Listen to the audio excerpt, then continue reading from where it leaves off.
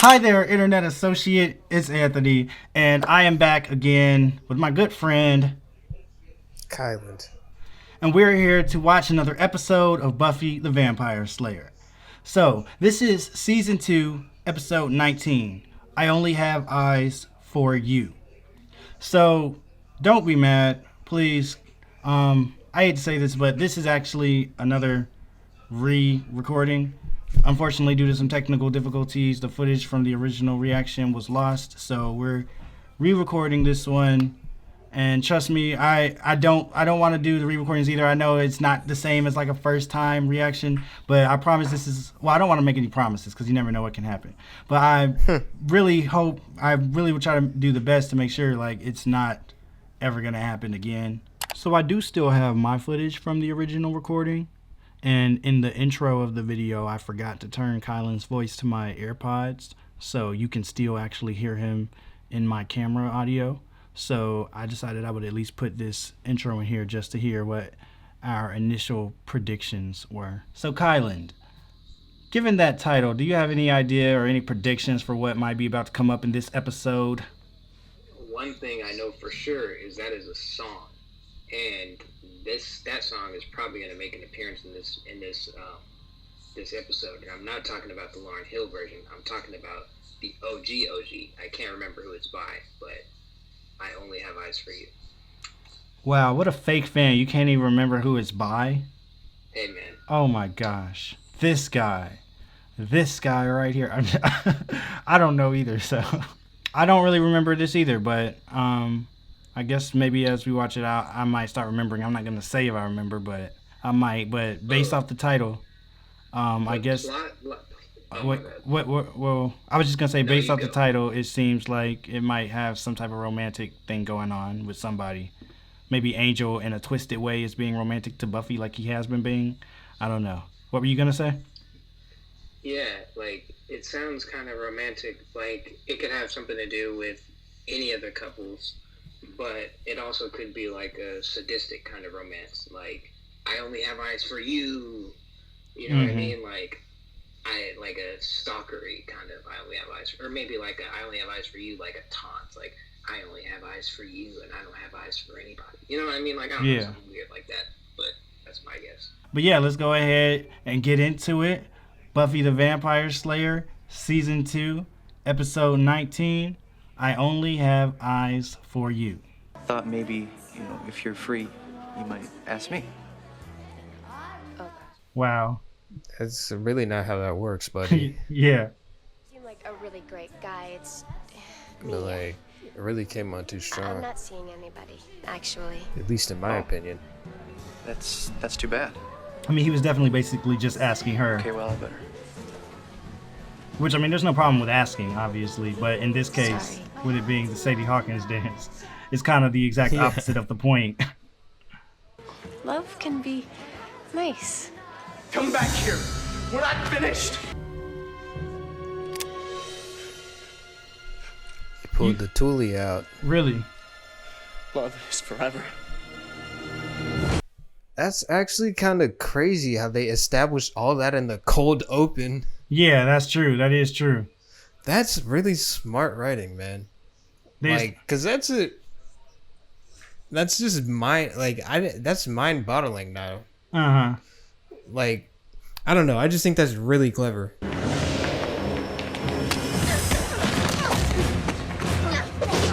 Eesh. You just went OJ on your girlfriend. This is nuts. I don't know why I got so mad. Because you're a jerk? He's not. The O.J. Simpson reference is what killed me. I'll see and he gone. Puzzle. And I'm going to look at all the pieces carefully and rationally, and I'm going to keep looking until I know exactly how this is all your fault. That's very rational, Mr. Principal. That's supposed to care about Pathetic students. little no-life vegan. He said pathetic little low-life vegan. You That's stink such of a lies. crazy insult. Like, you stink of lies. Like, every single thing this guy says is like, just like... Do you ever pay attention to like who writes the next time, read episodes? the chapters on information grouping and binary No, coding. I actually don't. Might be kind of good point, coding is though. pretty cool. like this one's Marty if you Noxon. It two-digit gets kind of fun looking at who writes which conversions and episodes primary number clusters a big hoop. because you start to learn the names. If you needed any assistance, but you seem to have things quite under control.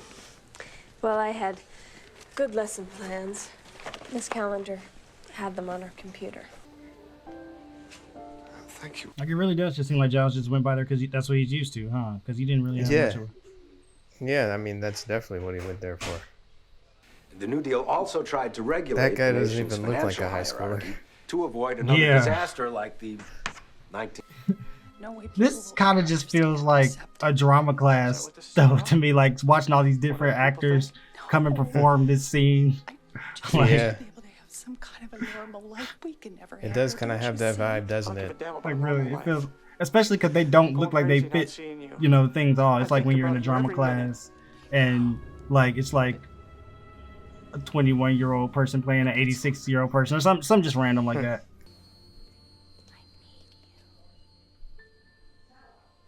Oh yeah, see, he's hearing that female voice. Jenny. I don't think I remember hearing that before. Me neither. I feel like I must have missed that the first time. Hearing that voice. Whoa. You just shot a woman. Wow. Imagine going to jail for that. Yeah, seriously. That would be the worst thing ever. Whose ghost do you think we're dealing with, his or hers? Well, considering how violent it is, I'm gonna say his. That tracks. Well, I've been browsing on some of this calendar's It's like, insights. it Maybe totally I makes can find sense a way to why she's so, you communicate. know, upset and judgmental of this guy. Who cares? But it's Yeah. like now knowing, you We know, need to shut him down before some other Why? guy It's kinda goes and kills weird, some poor like- nice girl. Buffy and Giles' feelings for the ghost are like juxtaposed against each other. yeah. Because it's like they're both like projecting their own like fantasy of what this is. And like Buffy hates it so much just because she relates to it really. I mean, otherwise things are gonna get really scary. That is such a funny kind of dialogue. Like, otherwise things are gonna get really scary. It's alright everybody, this was just a senior prank. Those little rascals. Like, it's really one of those things where it's like, how do they be explaining the stuff that happens at the school? I'm gonna be scarred and swollen. Yeah, Why didn't honestly. it just Like, they always coming up with these crazy excuses. pranks never sell. The sewer got backed up. Oh yeah, here they are talking about it right now. But this is getting out of hand. People will talk. We're on a hell mouth. Sooner or later, people are going to figure that out. City Council was told that you can handle this job. If you feel that you can't, perhaps you'd like to take that up with the mayor. No problem. This will be a piece of cake, right? No, stop saying things, Cordelia, because every time you say something, the exact opposite happens. What gate, Pat? What do you see? It's black. It wants her. Drusilla is so weird. Like, what is she even doing? Really? She's ready.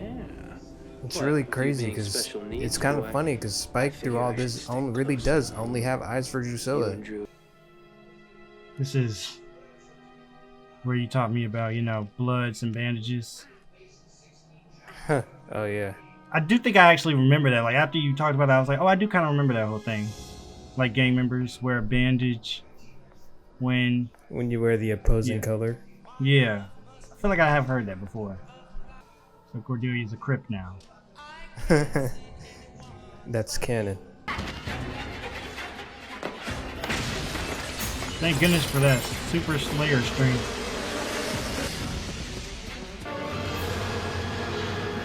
That shot cracks me up. Like, that school was covered in wasps. To forgive is an act of compassion, Buffy. It's not done because people deserve it. It's done because they need it. No, the person he loves the most in a moment of blind passion. And that's not something you forgive. No matter why he did what he did. Okay. Over-identify much? Cordelia pointing that out is so funny.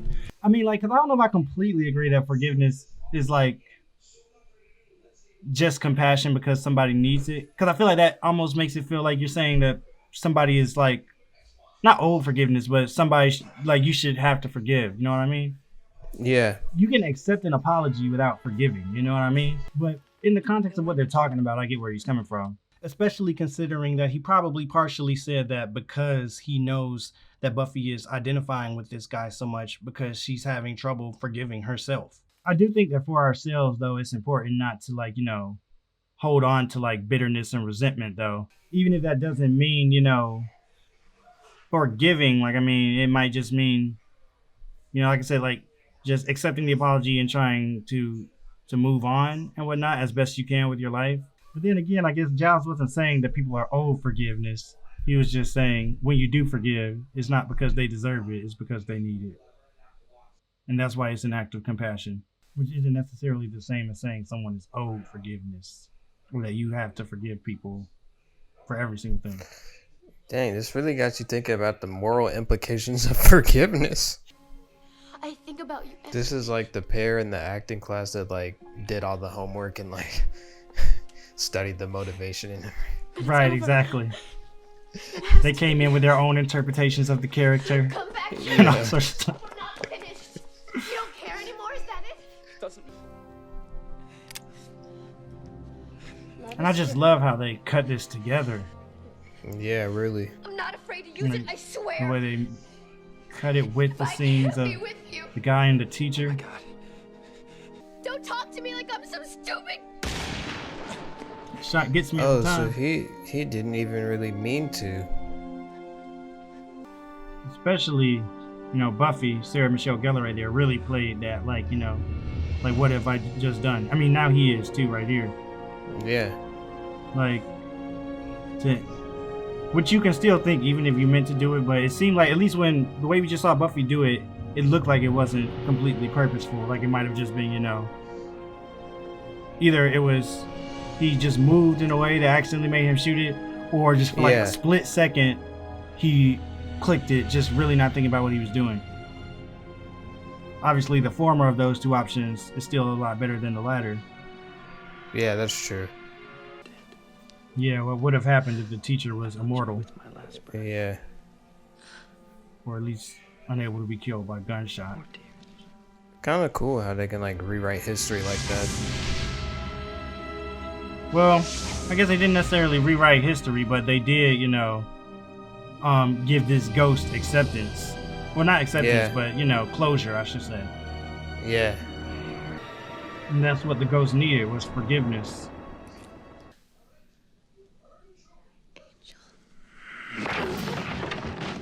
And also on the forgiveness thing, personally, I feel like I'm a very forgiving person. Probably too forgiving, I don't know.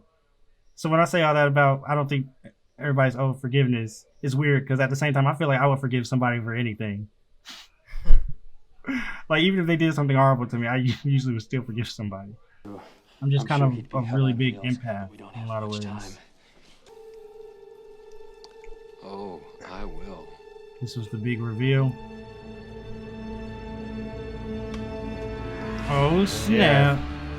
And I was thinking, like, earlier, I think this is the episode where he stands up. Sooner than you think. And awkwardly kicks his wheelchair over. Yeah. Not breaks, because he still needs it. So what did you think of this episode? So I thought it was pretty good. I think watching it a second time, if I noticed some things that I didn't think I was really paying attention to the first time, like the cold open really established that whole episode, kind of laid the foundation for that whole episode, and I think that was a really smart technique. Like, it's pretty interesting to see because like the whole, and then it all built up to Buffy and Angel performing the ghost ritual. So it was kind of cool to see that like play out on screen over the course of the episode. Like you could really see that the ghost was trying to the ghost kind of took a character of its own, and you didn't even really see him other than when you saw James. But like it's like the ghost, like really you could see him trying to like over and over do it again so he could like find peace with what he had gone through. Yeah, so I thought it was a good episode too, and I thought that the way that they drew this big parallel between Buffy and then the young man that was in a relationship with his teacher was really cool because the whole time they had set it up, first of all with in each of those situations it was the guy getting mad at the girl similar to that situation, and so it was like that's what you were just expecting to see every single time, and it was kind of drawing you out of the comparison of seeing how similar Buffy was to him in that moment. Yeah. Because when you think about it, it was really obvious, but I guess just little things like that made you start to not notice that and not think about that. And then the way Buffy was so aggressively adamant against not forgiving him and not and just wanting to completely condemn him while everybody else wasn't nearly as adamant as her was also kind of another indicator of how close to home it was hitting her. And I mean, for real. Yeah. So then the way that all culminated, like with Buffy and Angel doing the scene, and it and it kind of swapping genders as well. Like it came off as really unexpected that way because it kind of rechanged the way that you were looking at it. You're like, oh wow, Buffy is kind of in a way in a very similar position as this guy.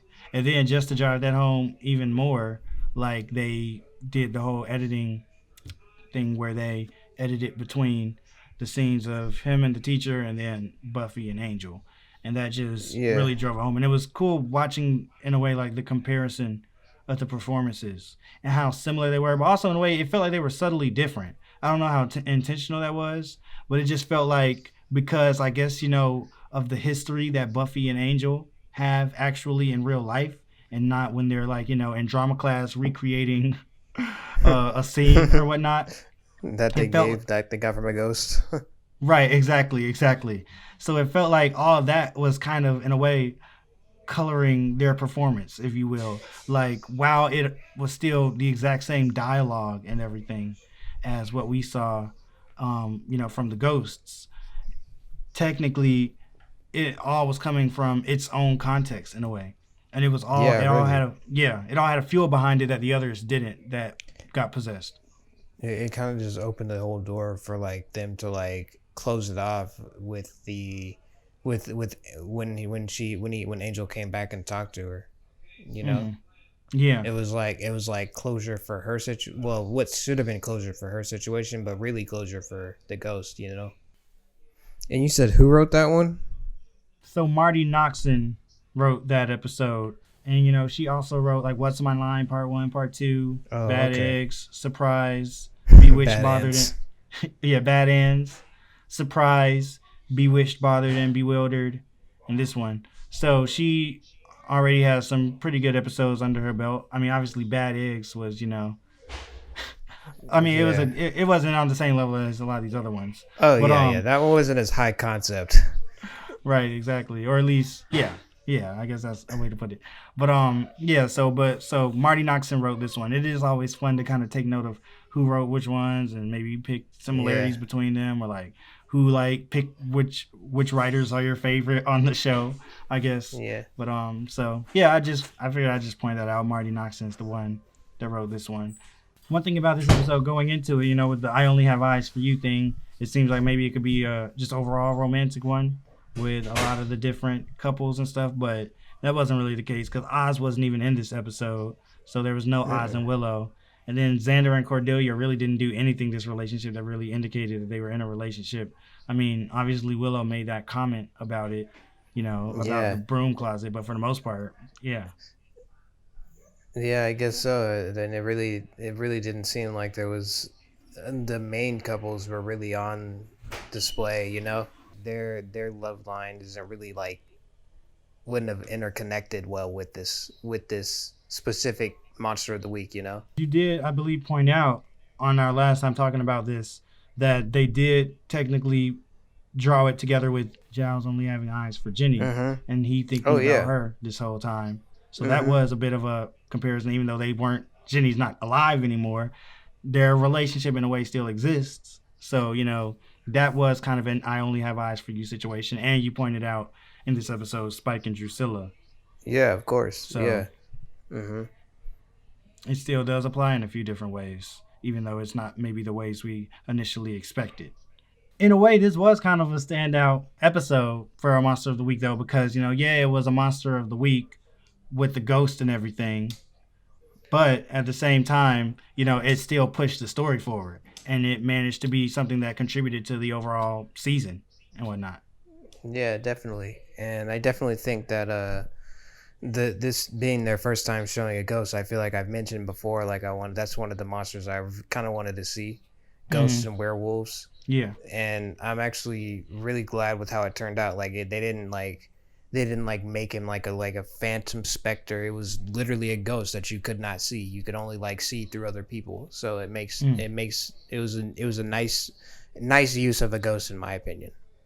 Yeah, definitely. So nice Monster of the Week and nice story. And obviously we've seen a few episodes ahead of this now, since this is like a reaction, so we're a bit into season 3. But it seems like this is something that they started, to do more consistently, and doing episodes that are Monster of the Week, but still have a really good balance of how much they contribute to the overall story. Because up until now, aside from maybe a few other episodes, for the most part, you could pretty cleanly categorize episodes as being Monster of the Week or storyline episodes and whatnot. This one definitely feels like one of the, not saying it's the first, but it feels like one of the first that really does feel like it's a total balance. Like, I feel like I can't completely, it's definitely a Monster of the Week on the surface, but it's like all the way everything ties into what Buffy is going through in the overall story, and Angel and whatnot with Angel, like it feels like it all fits so well that it really did feel like it was kind of like a story episode, even though I guess on the surface it was completely Monster of the Week. So I think it's a testament to how well they wrote that. Kind of it's an element of duality there, if you will. Yeah, definitely. Like they kind of found the perfect like gauge between like how much Monster of the Week and how much plot we should put in. You know what I'm saying? Like they got that perfect balance now. And like they can like have episodes that are primarily like story driven and still kind of Monster of the Week, or like primarily like Monster of the Week with like a little bit of story.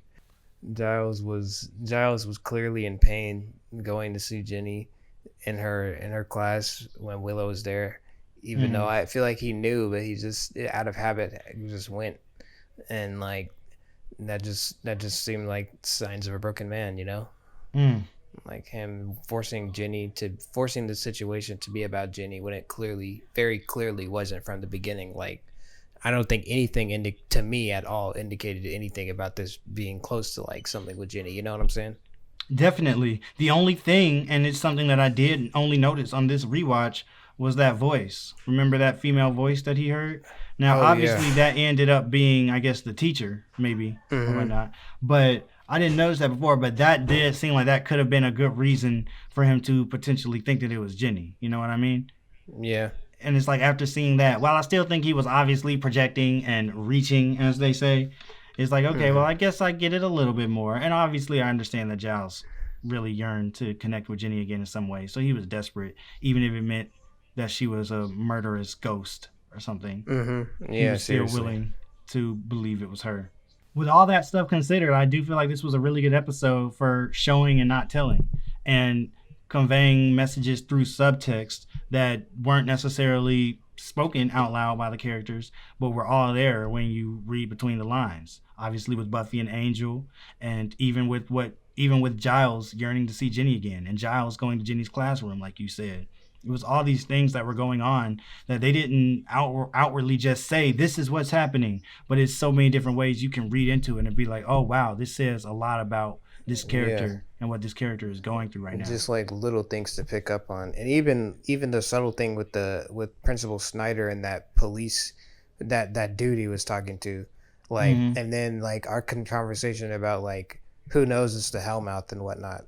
Like if you really think about it, they really did offer up a lot of information without really putting out a lot of stuff, because like I feel like that's something I easily could have missed, because like I don't even think I mentioned that the last time. Like I don't even really think I noticed it.